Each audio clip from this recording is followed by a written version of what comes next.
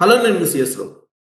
జగన్మోహన్ రెడ్డి గారి యొక్క political operations ఎలా ఉంటాయి అనే దాని మీద విశ్లేషణ తీసుకునే ప్రయత్నం చేద్దాం. ప్రస్తుతం మన దగ్గర ఉప్పల లక్ష్మణ్ గారు ఉన్నారు. ఆయన కడప జిల్లా రాజకీయాల్ని చాలా దగ్గర నుంచి చూశారు, రాష్ట్ర రాజకీయాలను కూడా చూశారు. ప్రత్యేకించి వైఎస్ ఫ్యామిలీకి సంబంధించి బాగా తెలిసినటువంటి జర్నలిస్ట్, సీనియర్ జర్నలిస్ట్. ఆయనతోటి విశ్లేషణ తీసుకునే ప్రయత్నం చేద్దాం. సార్ నమస్తే. నమస్తే సార్, జగన్మోహన్ రెడ్డి గారి యొక్క పొలిటికల్ ఆపరేషన్స్ ఎలా ఉంటాయి అనేది చంద్రబాబు నాయుడు గారికి కూడా అర్థం కావట్లేదు. ఎంతసేపు భూతం భూతం అంటున్నారు తప్పితే ఏంటి ఎలా ఉంటాయి. ఇప్పుడు అతనికి 11 సీట్లే వస్తాయి అని అతను ఊహించలేదు. కౌంటింగ్ జరిగే సమయంలో కూడా నేను ఆయన యొక్క ముఖ్యమైన అనుచరులతో కూడా మాట్లాడాను. కౌంటింగ్ జరుగుతున్నప్పుడే, అప్పుడు కూడా మేము గెలిచిపోతున్నాము అని చెప్పారు. ఆయన సార్ ఇప్పుడే చెప్పాడు నాకు, నేను ఆ రూమ్ లోంచి బయటకు వచ్చాను. అందువల్ల షాక్ తిన్నాడు ఒకసారిగా. 11 సీట్లు ఏంటి, నేను ఇంతగా బట్టలు నొక్కి ఇంతగా అన్ని చేయగలిగితే 11 సీట్లు ఎలా వచ్చాయి అని. సరే, రాజకీయాలు ఎలా ఉంటుందంటే ప్రజల నాడి కొంత 2-3% డిఫరెంట్ అయిపోయినప్పుడు ఓటమి అనేది ఎవరైనా చవి చూడాల్సినటువంటి అవసరం వస్తుంది. మరి ఎప్పుడు ప్రజాసేవకుడిగా ఉంటూ ఎవరికి ఏ సహాయం కావాలన్నా చేస్తున్న రాజశేఖర రెడ్డి గారు కూడా ఒకసారి పార్లమెంటు సీటుకు కేవలం 3,000 చిల్లర ఓట్లతోనే గెలిచాడు. 1,00,000 తక్కువ రాకుండా ఉండాలి. అట్లాంటిది ఓడిపోతానేమని భయపడ్డాడు. భయపడిపోయి ఆ కౌంటింగ్ స్టెప్స్ దిగుతూ కింద పడ్డాడు, భయపడిపోయి అరే ఓడిపోతున్నానేమో అని. సరే, ఎలాగో ఒక 3,400 ఎంత గెలిచాడు అనుకో. మరి ఇప్పుడు రాజకీయాలు అన్ని చవి చూడాలి. ఇప్పుడు ఇతను జీర్ణించుకోలేకపోతే ఎలాగా? తను మనస్తత్వం ఎలాంటిదంటే తను అనుకుంది జరగాలంటాడు.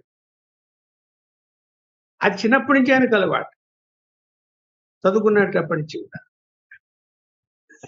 ఏదైనా తను అనుకుంది జరగలేదు అంటే ఎదురుగా ఎవరున్నారు, తండ్రి ఉన్నాడా, తల్లి ఉందా, తాత ఉన్నాడా అని కూడా కాదు. కోపం వస్తే ఆ పక్కన ఉన్నటువంటి చేతికి ఆ ఏది దొరికితే విసిరేయడము, చేరు దొరికితే చేరు కూడా విసిరేయడము, ఇవన్నీ సంఘటనలు జరిగాయి వాళ్ళ ఇంట్లో.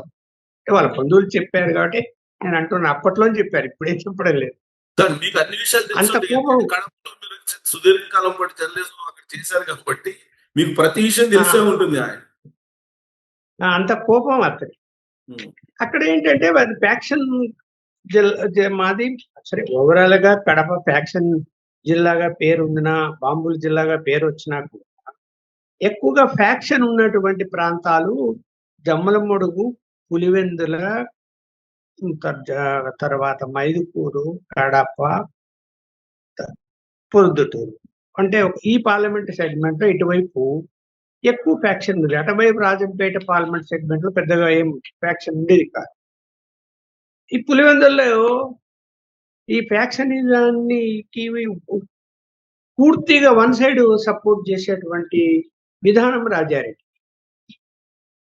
తన మనసులో ఎవరైనా సరే తన వైపు ఉంటే వాళ్ళ కోసం అవతల వాళ్ళని కొట్టించడము, ఊరు వదిలిపెట్టించడము, హత్యలు గావించబడము, ఇవన్నీ జరుగుతుంటాయి సంఘటనలు. సరే, అక్కడ ఫ్యాక్షన్ ఉన్నప్పుడు అవి అప్పుడు రాజకీయాలకు సంబంధం ఉండదు. ఫ్యాక్షన్ లో వాళ్ళు ఎంతసేపు ఉన్న కట్ల తగాదాలు, ఇవన్నీ చిన్న చిన్నగా అంటే నీటి తగాదాలు, వీటి మీదనే గొడవలు ఎక్కువ జరుగుతూ ఉంటాయి. ఊర్లో 2 గ్రూపులు అనేది నడుస్తుంటాయి.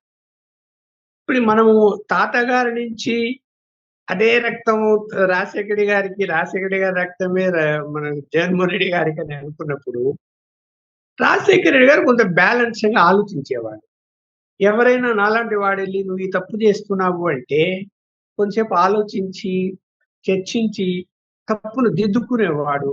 తర్వాత ఆ తప్పు చేయకుండా ఆగేవాడు, వద్దనుకునేవాడు. ఎందుకు, తెలిసిపోయింది కదా అని.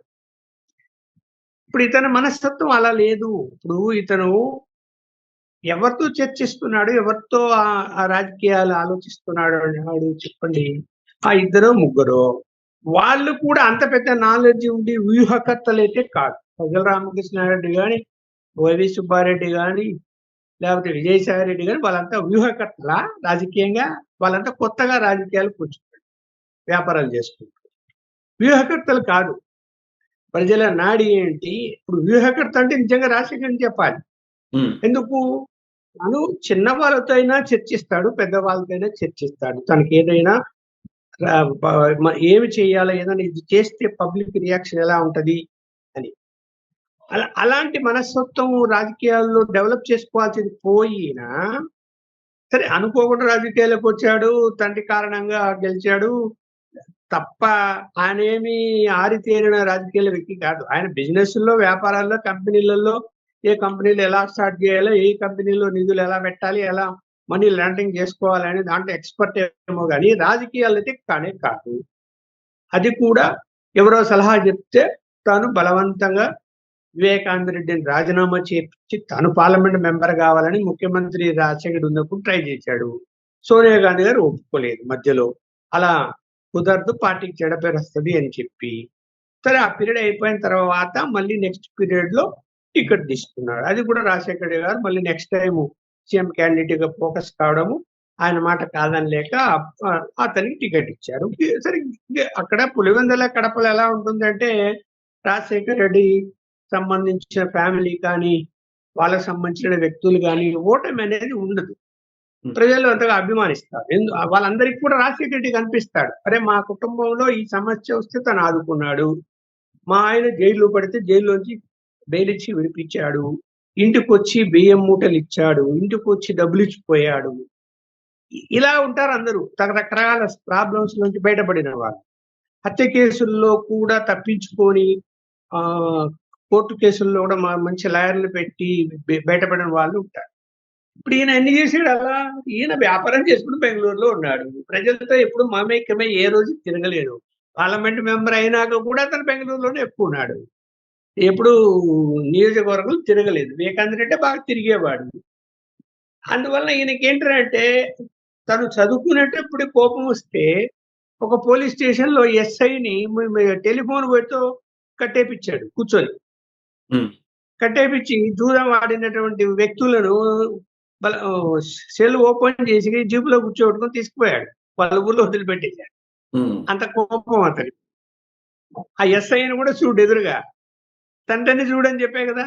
అలా ఇతను ఇప్పుడు కూడా పోనీ 5 సంవత్సరాలు ముఖ్యమంత్రి పదవి చేసిన తర్వాత అయినా తనలో మార్పు ఏమన్నా వచ్చి ఉందా, తను సామరస్యంగా పోదాం రాజకీయాల్లో, ఎవరైనా అందరూ ఒకటే అనేటువంటి భావన ఉండి, ఫ్యాక్షనిజము, కొట్టుకోవడాలు, చంపుకోవడాలు, దాడులు, వీటికి అతీతంగా మనం ఉందాము అని ఆలోచించినాడు అంటే ఆలోచించలే.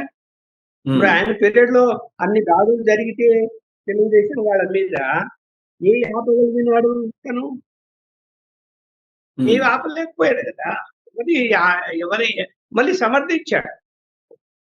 ఇప్పుడు గతంలో జరిగిన దాడుల విషయంలో కూడా ఇప్పుడు సమర్థిస్తున్నాడు. మళ్ళీ మాజీ ముఖ్యమంత్రి అయినా కూడా వాళ్ళని సమర్థిస్తున్నాడు. అంటే నేరస్తులనే సమర్థిస్తున్నాడు. అక్కడ అది అలవాటే కాదన్ను. ఇప్పుడు అక్కడ ఫ్యాక్షనిజం నుంచి వచ్చినప్పుడు కొన్ని అలవాట్లు ఉంటాయి, ఆలోచనలు ఉంటాయి కాదన్ను. రాజశేఖర్ గారు మార్పు చేసుకోలే, ఆయనకు లేవు అలవాట్లు.